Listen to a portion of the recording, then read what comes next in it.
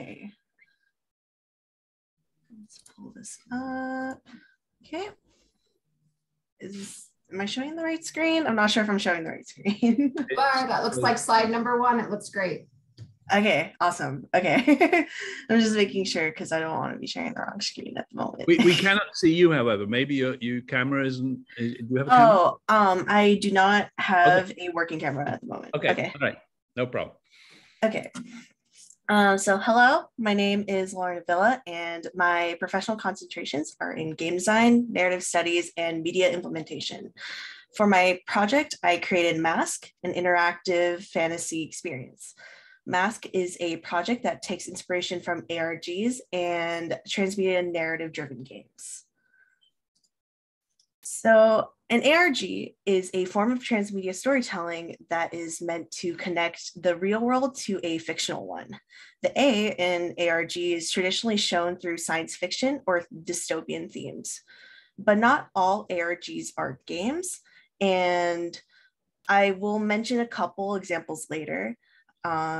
What classifies as a game tends to be a heated debate amongst game designers and consumers alike. And many narrative-driven games tend to be in the middle of this argument because of its narrative focus, as opposed to a game with game mechanics that output some sort of reward system. But we keep the classification of game for interactive media just for layman's terms, because our current culture ties software entertainment to games, and just overall it's easier to market. And that brings me back to what transmedia storytelling is. Transmedia storytelling is a form of narrative that incorporates multiple forms of media to tell a singular narrative. A classic example I like to go to is Star Wars, where the overarching narrative is the Skywalker saga, aka the Galactic Civil War, as it's referred to in the media's world, is told over the course of movies, TV shows, novels, and comics. All these forms have a different way of storytelling that contribute to the big narrative in a unique way. In my initial research for this project, I found a plethora of academic papers that used the term puppeteers or puppet masters to describe the job of the ARG creator, which I found kind of cool because, as I learned later, a lot of ARG development is a lot of planning, along with other skills and responsibilities such as storytelling, writing, programming, marketing, and quality assurance. The biggest characteristics of an ARG are the use of external resources to play or interact. This could be in the form of tools like online cipher tools, like translators, Googling historical events, researching websites that these ARG creators have made to form an alternate reality. This is where world building comes into play when making an ARG, as you need to construct a world that takes from our reality and immerses the player in this fictional one. So some examples of ARGs that are very successful are the Gravity Falls finale ARG, which was a worldwide scavenger hunt that involved the characters from the show communicating with players to find secret treasure as a companion narrative piece to the show's finale. There would be hints scattered around the world. Even though it's an American-based show, you would have clues hidden in Europe or Japan, and people on social media had to collaborate together to figure out where to find this treasure based off of the clues found around the world. Another example that I listed here is the Mandela catalog, which is technically not 100% ARG. It's more considered an analog horror unfiction project. However, the series is written in such a way that encourages viewers to seek out external sources and tools to decode secrets littered throughout their videos. So it's kind of game-like in that sense. And funny enough, both of the standalone Batman franchises have used ARGs to promote the movies. The Dark Knight ARG being the more developed one, as it was a way to get seasoned Batman fans to get a feel of the more realistic version of Gotham City that we ended up seeing in the Dark Knight trilogy, and kind of like this new version of Joker that Christopher Nolan wanted to show off. The newer Batman movie that just came out a couple months ago actually had an ARG too that was less known, even though I felt like it was a little bit more obvious, because it was connected to like all the movie posters that they made public where they had a Riddler cipher on it. And they people online collaborated together to decode all of these ciphers, and it connected really well with the movie. A lot of the realizations in the movie connected back to the ARG, and it seems like the ARG isn't going to end. As the current state of the ARG kind of hints at like the second movie that could be coming out, and they might continue using it in the whole new Batman franchise. So after my research, I knew I had to do a lot of planning. As my product, I decided I wanted to submit a prototype of the game that displayed the bare bones and its intent that I wanted to achieve before putting out into the world as a full-fledged developed product. So over the course of a few years, I've actually been developing my own creative IP, and wanted this project to incorporate this IP that's essentially a fantasy world. As I mentioned before, ARGs tend to steer closer to low fantasy, sci-fi, or dystopian themes to incorporate newer age technology like websites, cipher tools, and social media. So a big question I asked myself was, how was I going to make an ARG that took place in an urban fantasy setting and something in a world that was completely fictional? Moreover, how could I make a player feel like they're a part of this fictional world without relying on the digital environment to enhance escapism, which is what fantasy tends to be known for, is escapism. I was also concerned about newcomers that have discovered my work through this project and not others. And that tends to be the case with most ARGs. It's a big topic that you would think about. How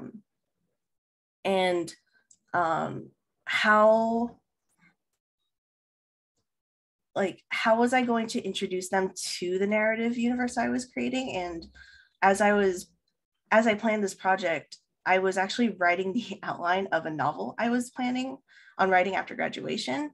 And the storylines of the two meshed really well in the end. And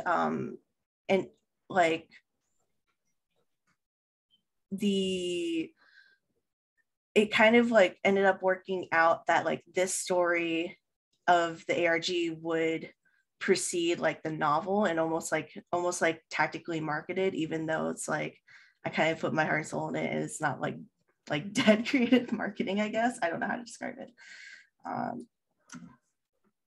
So my approach to developing the prototype required a lot of planning, as stated before. So I thought of the idea of an ARG's purpose of blurring the lines between fictional worlds and reality, as when I thought about other fantasy IPs, I thought about how they connected people to their fictional worlds. And the answer I came up with was physical artifacts. Star Wars, they have purchasable lightsabers. People bring them to like fan conventions all the time, kind of like live action role play with them. Same thing with Harry Potter merchandise, where you have authentic like wands, and like they're designed like the actual characters and wands, and robes from like the different houses in Hogwarts. And it makes these people like feel like they're part of these like fictional worlds and part of the IP without being in it. And so I designed like this physical package of artifacts that feels like they can exist in the fictional world that I made. The next part of developing was the digital aspect. I took some inspiration from transmedia and driven games like Hunt to Killer. This is the subscription box service that to kind of incorporate like cross-play between physical and digital puzzles, and using information from each to solve puzzles in both directions. I also wanted to make the narrative non-linear, as I wanted the exploration of this like small part, but like significant part of the world to be diegetic, like how we would learn about real world events and stories through biased points of views and subjective framings. The premise of Mask is the player is a spy that switches places with their partner Laya in order to complete a mission of sending intelligence to one of the most powerful politicians in the neighboring country. The experience takes place in the continent, on a continent with two countries, Isnea and Alderfall. The spy that is the player character and Laya are from Alderfall, effectively doing espionage for the Aldarian government against Isnea, if that's like the proper way to word it. However, the player doesn't know the same information that Laya did, because they didn't really meet up beforehand before switching, because certain circumstances. However, Laya leaves you like a bunch of like both physical artifacts and stuff in the digital environment that will help aid you in continuing her mission. And the player relives a lot of Laya's experiences outside of the information that she kind of leaves the player that are like intentional, like her journal. So she leaves like a mixture of evidence of uncovering like conspiracies while reading about like her personal life, like in her journal, and like the notes that she passes around. Lauren, you have 2 minutes. All right. So Mask ended up being an interesting product in the end. And here's like a few screenshots of the digital environment that I made. I also, in the bookshelf, those are actually interactable. So you could, those books are actually interactable. So when you click on them, they're actually kind of part of a puzzle. I'm not going to spoil what the puzzle is because I'm not going to give the solution on video, but something cool happens when you solve the puzzle. I also made a newspaper, 2 issues of like a newspaper that takes place in like the capital city of Isnea.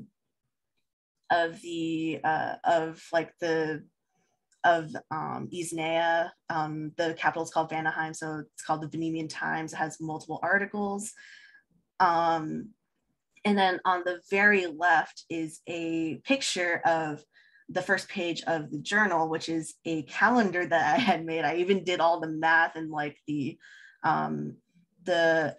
astronomical like calculations to make this calendar actually work. So there's that, but there's also puzzles hidden in the calendar, as you could see, when I put a black light over it, you could see that certain numbers are marked. And so that's also used in a certain puzzle that is in the digital environment. So during the development process, I learned that the interactive digital development process is very timely, and it takes a lot of iteration. And it was a lot of cutting down because I had sorely estimated my sole capabilities, and it happens in entertainment development a lot, where it's like, can I achieve this in the limited time frame? The answer is always no. So I'm always like cutting down to make a minimal viable product that always feels complete and put together. I had to do a lot of revision and a lot of cutting down, and always felt like until it felt like something that had demonstrated my vision without overscoping and to the detriment of myself and the experience's quality. So overall, the project was a very insightful experience for myself because I really got to see the limits of what one person could do in these types of artistic projects. I also learned about my own weaknesses, like over planning and overestimating my capabilities against my vision. And going forward, I want to turn this into a publishable product, but have it be more well suited for the narrative games market by adding scripted events and more locations to explore. And yeah, I'm happy to take any questions. Thanks, Lauren. I enjoyed that introduction. You know, you raised an interesting point that Meg and I and others have talked about, whether or not we should extend the capstone over 2 semesters, because I think a lot of people, you're not the only person to sort of run out of time or not manage to have the time to do everything that you want for a particular project. But then there are a lot of students who, you know, who do finish their project in a timely fashion.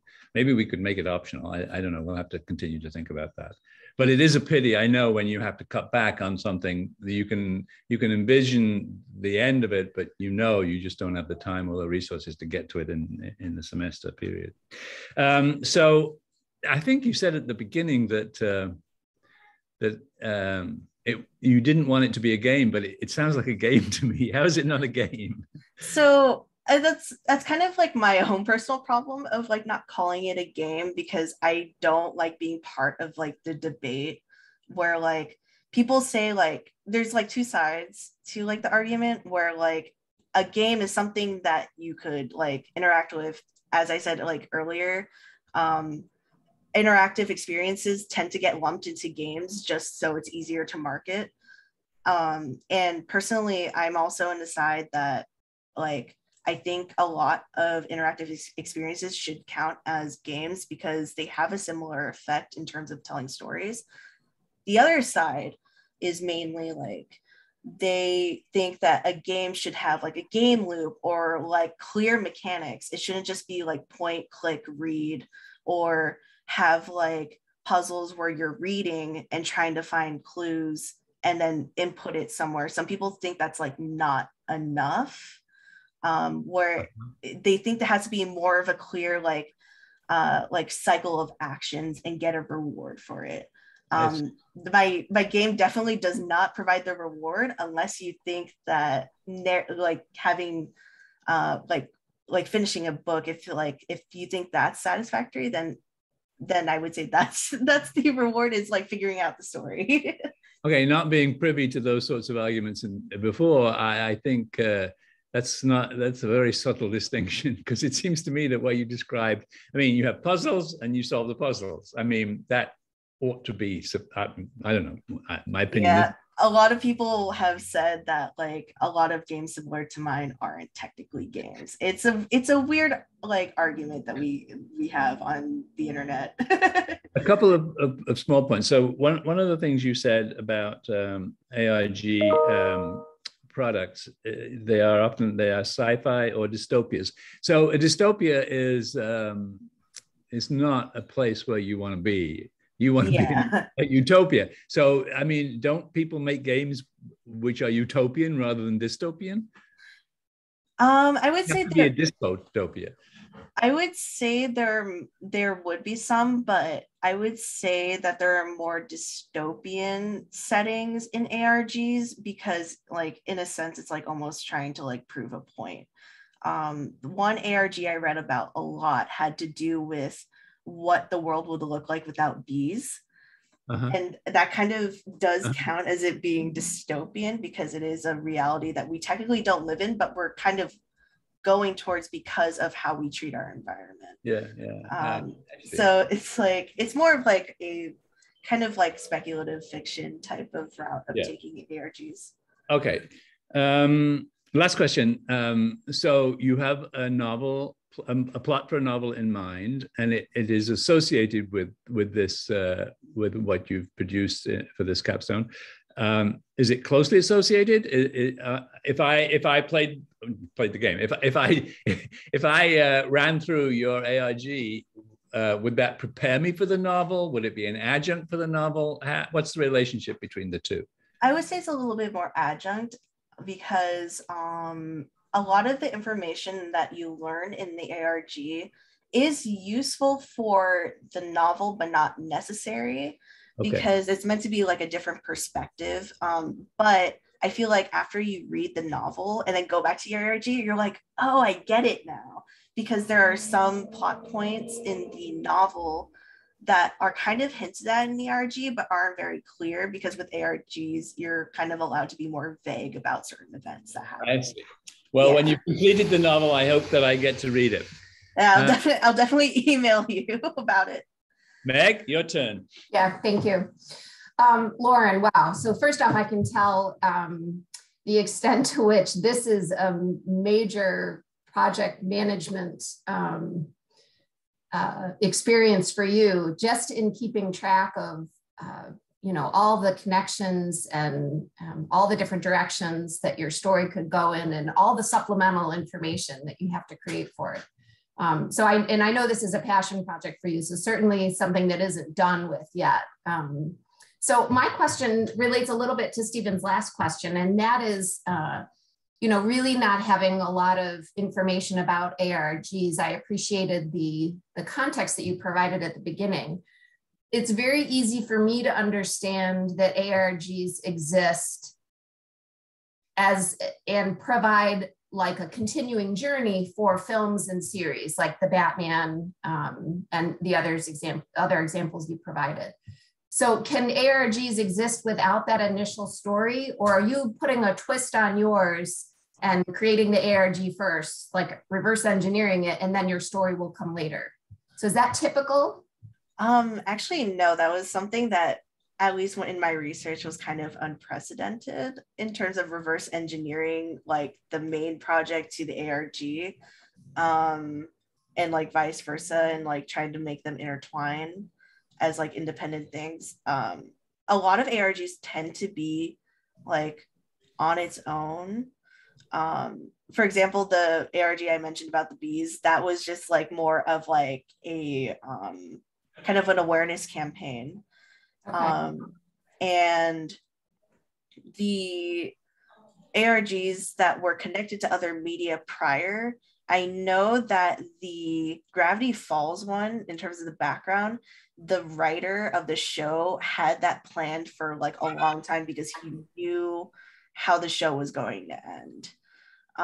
With the Batman ARGs, I know that the Dark Knight, at least they commissioned a separate game studio to make it. I'm not sure about the newer one. But in terms of like making like an ARG and then realizing like, oh, I could make a novel plotline actually work more, it makes the novel more coherent, because I was going back and forth between like the ARG storyline and my outline for my novel, and I was just like, wait, these events tie together, they might as well be part of like the same storyline. So like I had like there's a character that appears in some of the physical letters, and he's actually a bigger role in the novel, and Laya is more kind of put in the background versus Laya being a big character in this game. I think that's a really interesting approach. I think it makes this project pretty unique. So, and I want to give, I know Patty had their hand up, so I want to make sure Patty has a chance to ask a question. Yeah. Hi. Yeah, so I was wondering how many people would be able to play this game if you said you wanted to try to keep it from leaning on kind of digital resources. So will you be putting things out in the real world like geocaching? It sounds kind of like geocaching. So these physical artifacts are, you kind of like order it like with the game. I planned on posting it on itch.io because you're able to send people stuff if they buy a game for a certain amount of money. And I've actually gotten recently into like the manufacturing like process because I'm actually working on a Kickstarter for another game that's also in this IP. So I kind of have an idea of how I want to like distribute these boxes. They're very similar to, I don't know if you've heard of Hunt a Killer. You're given like a box of random artifacts and you have to solve a mystery with what you're given. So it's kind of like its own self-contained box of artifacts as opposed to geocaching. Yeah.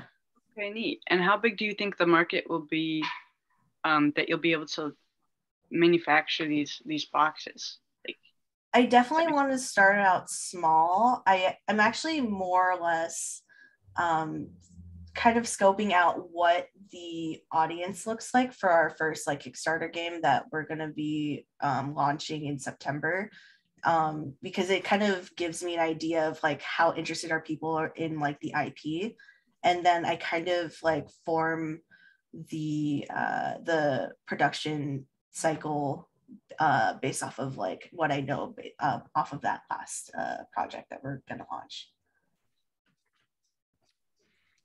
Neat, thank you. Yeah, okay. Okay, good deal. Thanks very much, Lauren. Look forward to hearing more about your project at the symposium. And now we will go to Surya. Surya, you're up. Sorry. No, that's not. Okay. Hello. Good morning. Good morning. Sorry, I might turn my video off. No, that's better. Okay. Sorry, 1 second. There we go. Cool. Okay. Good morning. My name is Surya Srinivasan. My concentrations on SOIS are mechanical engineering and finishing with audio engineering. I just switched into SOIS for my last year.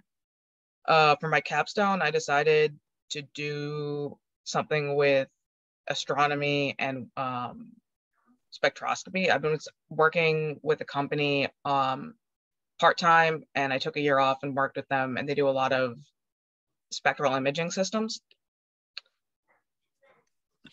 Okay, so what is spectroscopy? I'm just going to do a quick intro in case some of you might not be aware.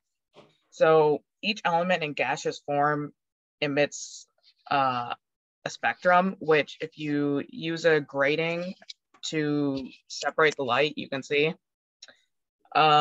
If you were to look at something like just like a lamp in your house, you would see something like a continuous spectrum, like the top here. But if you look at something that's more concentrated, like for example, sodium vapor lamps, which are the orange street lamps you actually see outside, you'll see something closer to the bottom or the middle image where you have lines broken up, and that's what I'm going to focus on today. So this emission spectrum is basically the fingerprint of an element, and with astronomy, you can tell a lot about different stars or planets, such as the density of different elements in them. You can tell about the temperature. You can tell how fast these elements are swirling around.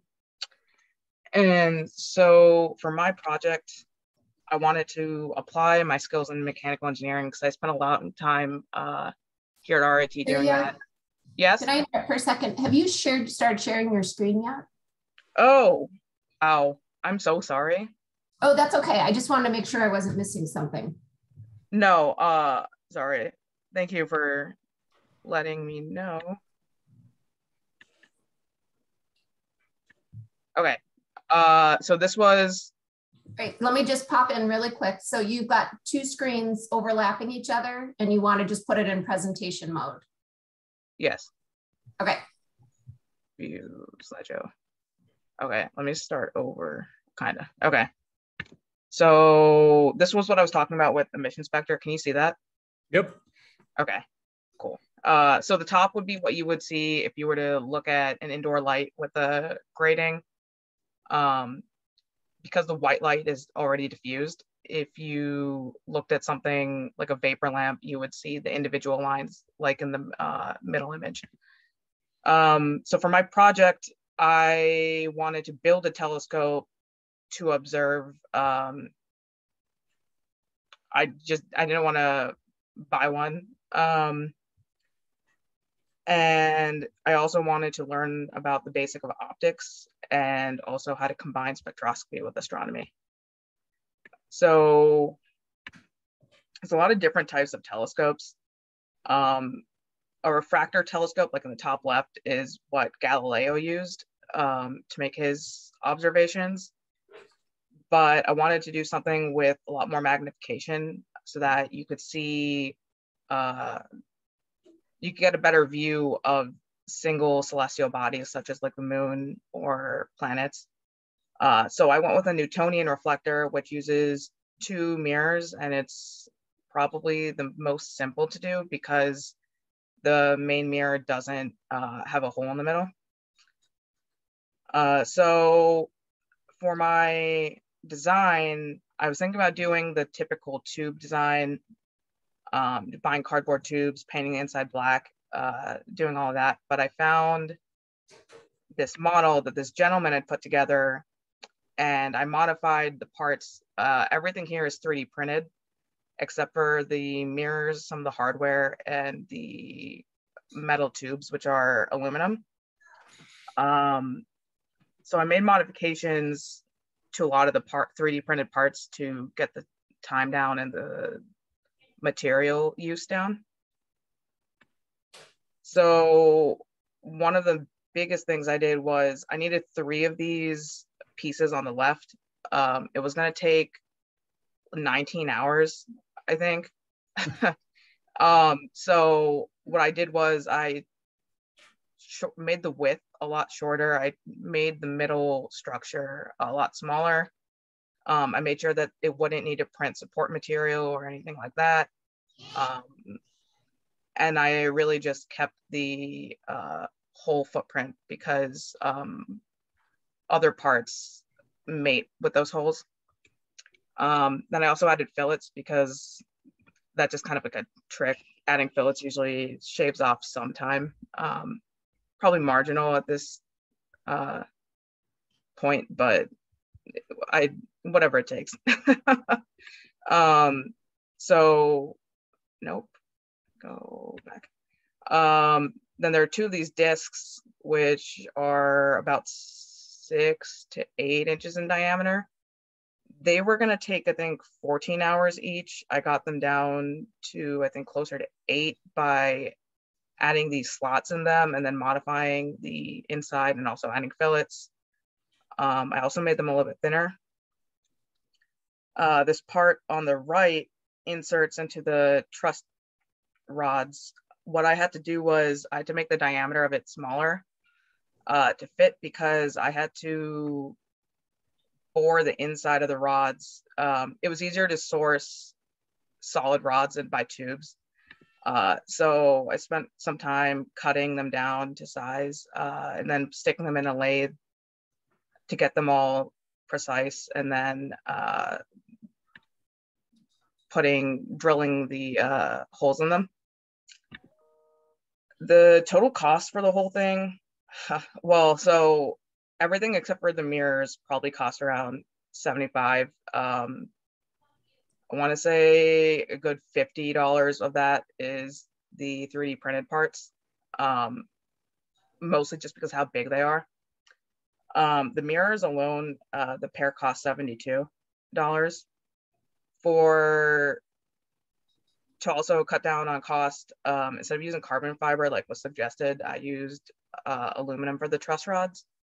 And then I designed and printed a focuser, which is on the next slide. If I bought one, it would have been about like $100, and I also just didn't want to do that when I could print one. So what I did was I took the footprint and the height of a Crayford style focuser, and I basically just made a simple design that just screws, and it actually works pretty well. I made sure that the threads were fairly large so that you would be able to get a good height difference, but also be in control of it. I had to do a little bit of sanding and a little bit of lubricating to get it smooth. So I used graphite, actually. I just crushed some pencil lead and put it in there, and it works as a really good lubricant. Okay. So next was the observing part. The eyepieces I bought weren't working out. That's the photo on the left. So what I did was I just left them out. I took my diffraction gratings. I had a diffuser, and that's what this middle photo was. It was the view of through the focuser without the eyepiece in, and that's the view of the moon. And then on the right is, I tried to get a good photo of the spectrum. That was with the diffraction grating, I think of 500 lines per millimeter. So what this basically does is, unfortunately with the moon, it's reflecting a lot of the sun's light, and it's white, so it reflects it really well. So this bottom image is, I zoomed in on the spectrum that I found, and then I found a graph to compare it to. This top one is of the moon, and on the right is the spectrum of the sun, and it makes sense that they line up. I chose the moon as the first thing to look at because I knew it would be easy to get a good baseline and to compare it to other things. So yeah. Setbacks I had were waiting on 3D printer availability, also getting the time down, because you couldn't print anything over 5 hours before 5 p.m. So I did a lot after hours and on the weekend. I had to wait for the truss rods to arrive. They got held up, and then I had to machine them. Another setback with the eyepieces. So maybe putting money into buying better eyepieces would be the next step. Also waiting for the viewing conditions to be ideal. That was a big one this past semester. Moving forward, I would try to get a base to help hold the telescope at its specific angles while you're viewing, because I had trouble. I would either be holding it with one hand and then trying to take photos, or fix the focuser with my other hand, or using my leg to like kind of hold it in place. Moving forward, I would also hope to be able to observe other celestial bodies such as Saturn or clusters or nebulas. And then these are just some of my resources. Okay. Thank you, Surya. That's quite a demanding project that you set yourself there. So yeah. I don't think you said where you got the specs for to build your own telescope from. Can you get those? Are they easily available? How did you do that? Yeah. So this project, there was a gentleman. He has an instructable, which I put in the acknowledgments slide, I think. Yeah, that's okay. Yep. he did the whole thing. He also suggested like the Crayford focuser to buy, and the carbon fiber. I don't know if anyone else has like used his plans, or at least no one has shared with his like on his Instructable, or he has another website. I don't think anyone has shared whether they've done it, but it wasn't a bad project, and all the parts were already designed pretty well. I just wanted to cut down on printing time and material. So this doesn't sound like a one-off project. It sounds like it's something that you've become interested in and that you're going to pursue beyond this semester. Am I right? Yes. Also, because I didn't really get to observe, I guess, how I wanted to or what I wanted to. So I'm going to keep working until I can do that. Sounds like you're with Lauren on needing two semesters. So did it satisfy you? You said that you wanted to extend your knowledge in astronomy and spectroscopy, and presumably, it sounds like you're a very proficient mechanical engineer. So maybe you've got those skills down. But so, are you satisfied with the amount of knowledge that you gained in applying spectroscopy to astronomy? I am. I'd like to see more of maybe like what the furthest object, like how, if I could like look at a star, will I really be able to tell, or is it going to get drowned out with like moonlight? Yeah. Or but yeah, I think so. I really enjoyed your description of your project. Meg or Chip? Yeah, I'll jump in quickly. I want to give Chip a chance to ask a question, but so Surya, this is really remarkable work. My question is, since you really were interested in speeding up the time, will you by chance be open sourcing your interpretation of these plans so that somebody else could be doing this work, but potentially speeding it up, so maybe the work continues? Maybe. If I do that, I also want to change, I might want to change the design. Getting the top part into the truss rods, I took like an hour just getting it in, and then like some on the other side would pop out, and then like getting those two back in, and then like that was kind of frustrating. I would want to probably modify that part of the design, but yeah, definitely I would be open to sharing my modifications. Yeah, I think it's just an interesting concept to continue to pass the baton to somebody else to improve the design and improve the timing of it. But really great job, and I want to give Dr. Sheffield a chance to ask a question. I think Patty also had their hand up as well before me, but. Oh, I'm sorry, I didn't see that. Yeah, I lowered it in case we didn't have time, but I was not concerned. I was wondering, you said you had problems with observation. Was that because of weather or moon phases or light pollution? Mostly weather. Sometimes the clouds move really fast. Sometimes they'll come in and then they'll kind of just sit around.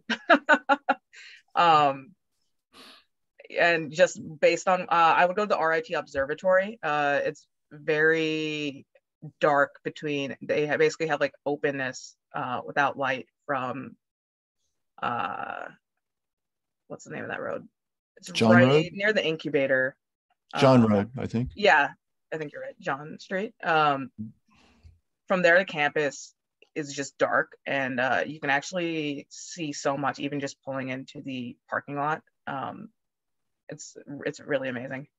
So actually this photo was in that parking lot. Yeah. Can I jump in? I know time is limited. Yeah, please. Yeah, definitely. So, yeah, I mean, I love your project, and I like how you combine, mechanical engineering and your love and interest with that, and sort of amateur tinkering, with spectroscopy. A couple of comments. I mean, one is, if you've never read Isaac Newton's book Optics, I can't encourage you enough to do that, and you should Okay. be able to find copies around. It's it's incredibly readable and interesting. Okay. Similarly, I'd encourage you to look at some of the translations that have been made of Galileo's work. Okay. There is still a lot of old stones worth overturning when one goes back to the history of physics and the history of astronomy. So those are really wonderful things, and especially what Newton has to say about light, and in his book on optics. Making a telescope is something that's been done for centuries, and an amateur telescope, which is essentially kind of what you're making, is a project that a lot of high school kids and junior high school kids and retirees, folks have been doing over the years. What I find intriguing is how you are trying to do that and build upon it and sort of refine it, in your own way and give it your own imprimatur. So I don't know if you've ever looked at Scientific American, or some of those, wonderful magazines that I used to read as a kid. But I mean, there's a lot of, I love this kind of amateurish aspect, and it's amazing what you can see in the detail. Yeah. For less than $200 versus what someone may be spending, 2 million or 20 million, on a telescope. Have you also had any contact with any of my colleagues over in the physics department, like Joel Kastner? So I'm taking Stars and Galaxies right now. And who's teaching that? Dr. Michael Lamb. Okay, yeah. And Professor Stacy Davis was running the lab. I mean, we have a pretty sophisticated and quite remarkable faculty. It's small, but when it comes to their work in radio astronomy and some of the work that they're doing, it's really pretty first class. Mm-hmm. And I mean, I don't know all of them, but I certainly know Manuela Campanella, but Joel I know very well. Okay. And he's an incredibly approachable and an incredibly brilliant man. And it might be worth just trying to have a cup of coffee or knock on his door and say hello and introduce yourself. Okay. Great idea, Chip. It's Kastner. I'm sorry, we're probably going over time. Yeah, we have to move on. We have to give Patty a full shot of time. Of course. Okay. Thanks very much, Surya. Great presentation. And Patty, if you would like to take over, it's your turn. Thank you, sir. Okay. I cannot share while Surya is sharing. Thanks.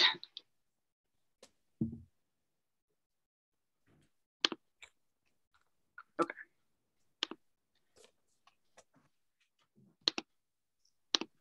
There we go.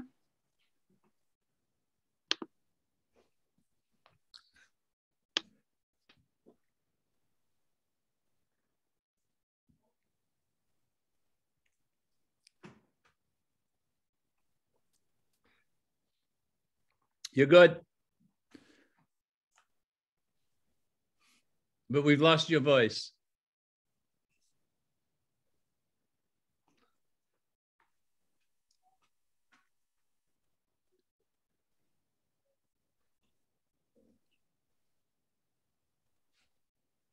Nothing.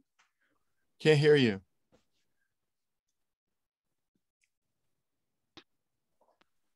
Can you hear me? Yep. Okay. That's good. All right. And can you still hear me? Yep. Okay, wonderful. All right. It's happened yesterday. Okay. All right. I'll start my timer here. All right. Thank you. So my name is Patty Tomanovich, and I am a photojournalist and biology concentration major in Soyce.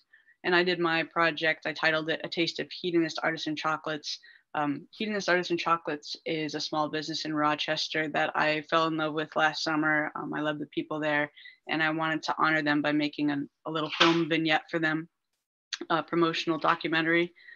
And the project itself was a 6-minute video featuring Hedonist Artisan Chocolates and Ice Cream. They're located in South Ave in Rochester.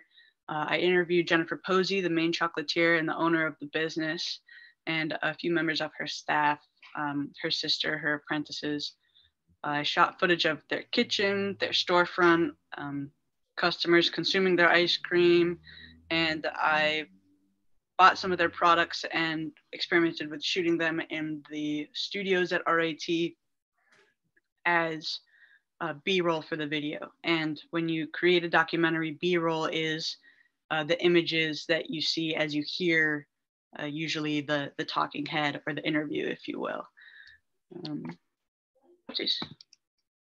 So the company, Hedonist Artisan Chocolates, they're a French-style chocolatier. They're very creative in their flavors and how they develop their different products. They're a small business, a local business. They started in 2007. It's women-owned, it's queer-owned, which I really appreciate, and that's something that's near and dear to me. And they're very involved with the art scene in Rochester. They sponsor Image Out Film Festival and different galleries around Rochester. A lot of small artists are exhibited in their shop. They sell local artists' work alongside their own ice cream and chocolates. And they are partners with local businesses like Pittsburgh Dairy and Genesee Brewery, like very Rochester famous businesses. Lots of Finger Lakes wineries they use in their chocolates. Goat farms around the Finger Lakes area serve their goat cheese. It's pretty neat. Their goat cheese truffles are pretty good. And they also are just a very generous business model. They sponsor Susan B. Anthony House and just a lot of local LGBTQ charities. And I really appreciate that. And that's really why I wanted to develop this for them. The process itself. So I filmed the original interview for Jennifer Posey last summer, actually, as kind of a personal project that I had to put on the back burner when school started. And I just never went back to it until this year, and I was thinking about my capstone, and I really wanted to revisit it. I thought it was worth revisiting, and I wanted to make sure that they got something after doing me a favor of letting me interview them. So I re-researched the company, and I went back and filmed more of their kitchen and their storefront, and I shot, of course, more on South Ave. I used more of their products and tried to shoot those in the studio, which was more or less successful. I had to do a lot of research on them, of course, especially before interviewing them again. I really wanted to know the backbone of their whole story. And this photo here, it's important to know that this is not my photo. This is off their website. They have a thing called Journal of a Hedonist, and every time they make a new flavor or there's another holiday, they update kind of the community on what they're doing. So this is of last year, 2021. This is Jennifer Posey, the main chocolatier, and her wife there. So yeah, I pulled that off their website. That's not my photo. But I read through all of those blogs just to really see the development of the company from 2007 to present day. And it's a fascinating business. It's very, I don't know, heartfelt and sweet kind of success story. Of course, the interview of Jennifer Posey herself was a huge part of the research. I learned a lot of editing from LinkedIn Learning, Premiere Pro. Those are hours and hours of wonderful videos of learning Adobe Suite, specifically for filmmaking, documentary producing. And then, of course, I had friends and professors that helped me out learning how to shoot film in the studios, which I'd never done before. Casa Stafio, Kira Allen is an advertising photography student, very talented. My professor, Margaret Lejeune, my friend Charlotte Miller, who is a graphic design, and then of course my advisor, Dr. Chip, all helped me out very much during this process. I chose video specifically because my coursework made me good at photography. You know, my concentration is in photojournalism. And I wanted a challenge. I could do a very good photo project of the business, but I wanted to tell their story in a more interactive way. I think film itself is a really cool medium for storytelling, and you can really capture personality sometimes better than a photograph, especially when you want the person to tell their own story in their own words. And I wanted to learn a lot more about film and editing before I graduated. I was good with photography and I was good at storytelling, but I wanted to have that skill set in filming before I left RIT, and I wanted to make sure that I used all the resources I could that RIT has to offer to learn those skills. And this is just a little clip of the interview of Jennifer Posey. She's making white chocolate truffle filling and talking to me about what the word hedonist means to her. And you can really just kind of see her personality in it. And I like this clip because it shows kind of what film can do as a medium to show you someone's story. The thing is once you know what a hedonist is and you enjoy our product, you're part of our hedonist family, and you are also a hedonist now. So it builds on it. So that's just a small clip, but you can see like it's cool to get the motion and the words, you know, at the same time. And you can see she's just a lovely woman who really appreciates community in that little clip.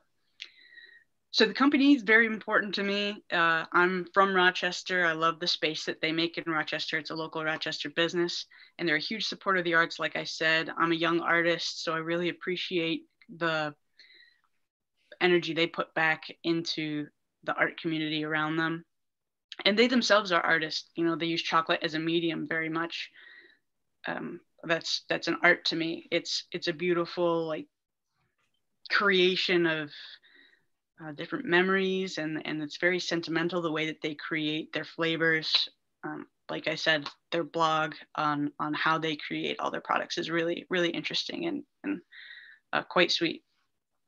I also appreciate that it's a queer space in Rochester. I'm a trans man, and it's important to me to have spaces like that and know that you kind of have people around you that accepts who you are, where you come from, who you love, things like that. That's important to me.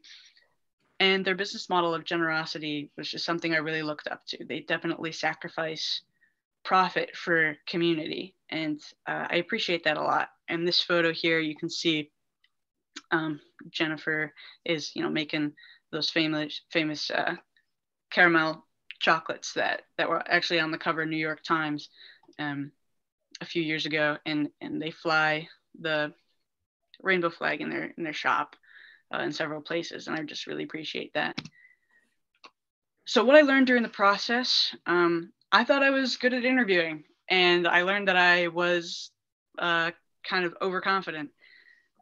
I mean, Jennifer Posey's a personal hero, so definitely I got a little nervous interviewing her, but every time I would go back and talk to her or her staff, I felt more comfortable. I would learn more about how to communicate with an interviewee. So that was a really important lesson to learn, especially going forward with other films that I want to make. Filming is very difficult, especially in someone's space. So their kitchen is well lit, but not well lit enough really to make a quality video. So that was something to learn. You know, I should have brought lights. I should have gotten more comfortable with my camera. But thankfully, I don't have to use too much of the interview video itself. I can use the B-roll that I shot.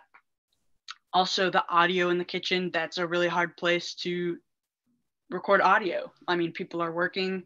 They have a bell on their door when anyone comes into the shop, the bell goes off. So, you know, I would just pray that she wasn't saying something important when the customer came in and you could hear the bell go off. And I did my best to edit out those little blips in the audio, but it's something I learned. You know, sometimes you have to kind of take control directing to save yourself really painful editing later. But I also wanted to make sure that she was comfortable, and she was doing me a favor by letting me interview her. So I didn't want to ask her, like, can you stop what you're doing? Can we go into a different room? You know, so that's something to learn too, how to balance that kind of interaction with your interviewee. And then of course, editing. Like I said, audio editing, I learned a lot working on getting all the static and all the machining sounds out of the interview. And also just taking an interview and cutting it down into a cohesive story was more difficult than I thought it would be. You know, when you're interviewing someone, you say, what's your name? And they give you Jennifer Posey. And then you only have an audio clip of them saying Jennifer Posey, you know, and it seems obvious, like ask them to say who they are and where they're from and things like that. So you can have a nice clip of them saying, hi, my name is Jennifer Posey. I'm from ... But when you're in the space and you're working with your camera and you're trying to stay out of people's way, and you're also nervous because, you know, you're talking with someone new, meeting them for the first time after you've only been emailing, you forget. So yeah, I learned a few good lessons there. But my biggest takeaway was when I'm doing a solo project and I'm learning new skills as I go, I'm filming material one week, the next week, as I keep filming, I'm learning more. So the work that I made the previous week is not up to the standard that I could make it by the next week. So I kept wanting to refilm, re-edit, reshoot some chocolate, go back and rearrange the interview because I saw that I could do it better.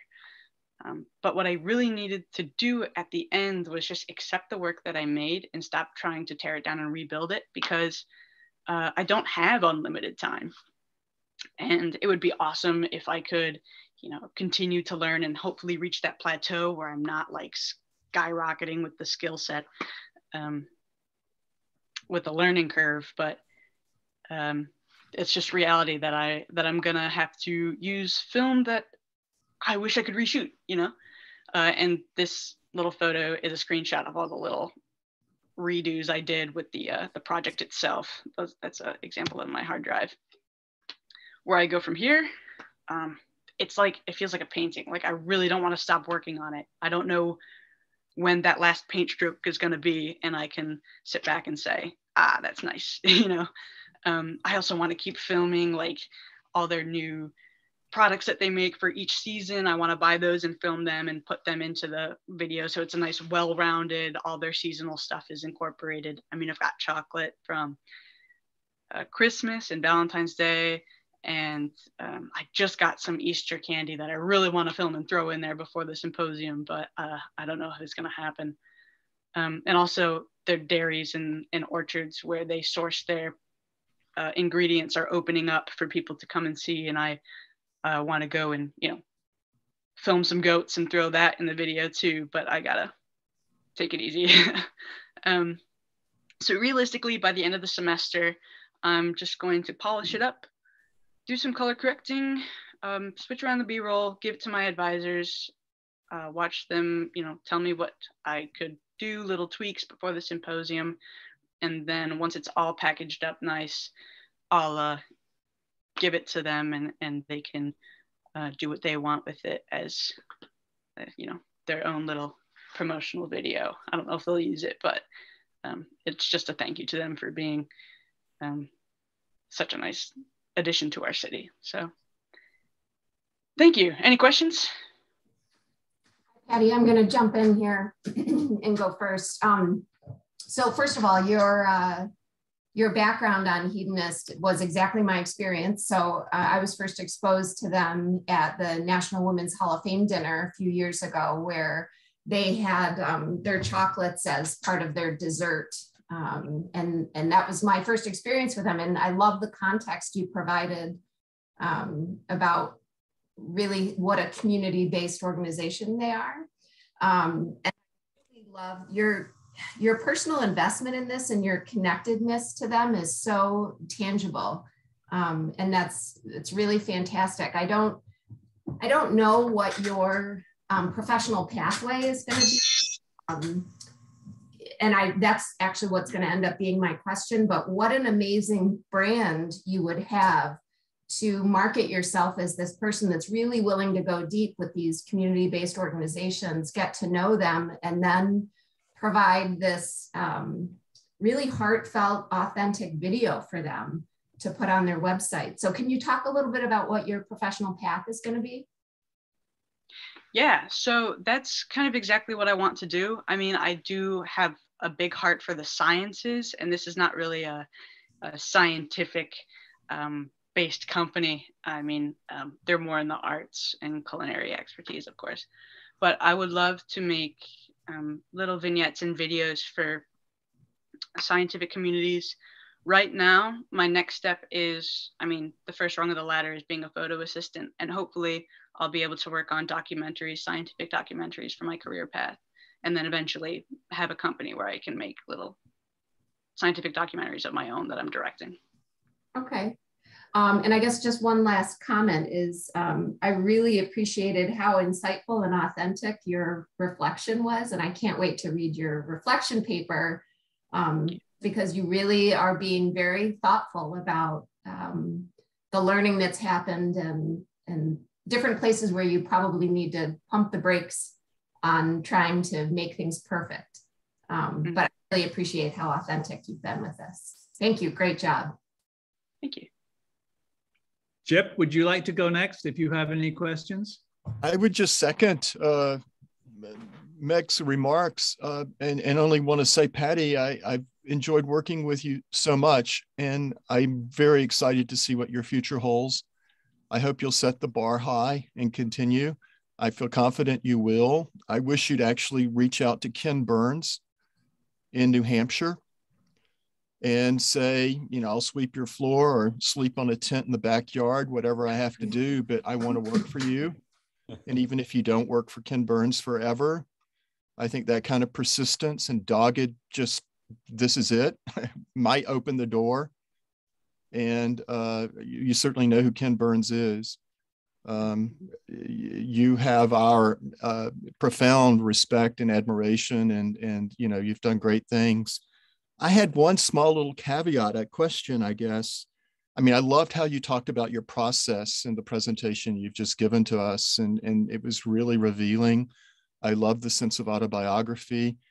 And I mean, Rochester's fortunate to have you, and we're fortunate at RIT to have had you as a part of this early part of your journey. You mentioned that that Jen Posey and Hedonist Chocolates talk about the artisanal quality of the chocolate and sort of the French old world. And I guess this is just a minor caveat, but when I think about chocolate, I don't think about France, I think about Belgium. Mm-hmm. And if I'm going to think about a city of chocolate, I think of Bruges, or I think of Ghent, you know. It's a little, I mean, obviously French make fabulous chocolate and I buy it and know of it, but the Belgians really do also pride themselves in a profound way on chocolate and being the kingdom of chocolate. It is, Jen, in founding Hedonist, does she articulate this passion for France or the French tradition of, or is there, obviously there's a gray area, but do you understand what I'm trying to say here? I was a little confused or surprised to see France and not Belgium. Yeah, so she did tell me a bit about that when I was interviewing her. So when she studied chocolatiering, she was talking about the different kinds of styles of chocolates and just like the process from refining the cocoa nibs into the chocolate itself. And for some reason, she really just gravitated towards the French style. Cool. Okay.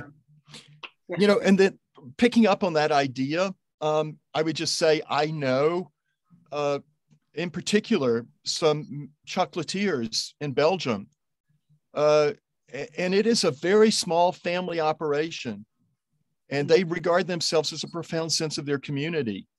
And while they're making a profit, there's a sense in which the profit motive and capitalism is not so much the goal as to share, to build a sense of community. And, you know, they're doing okay.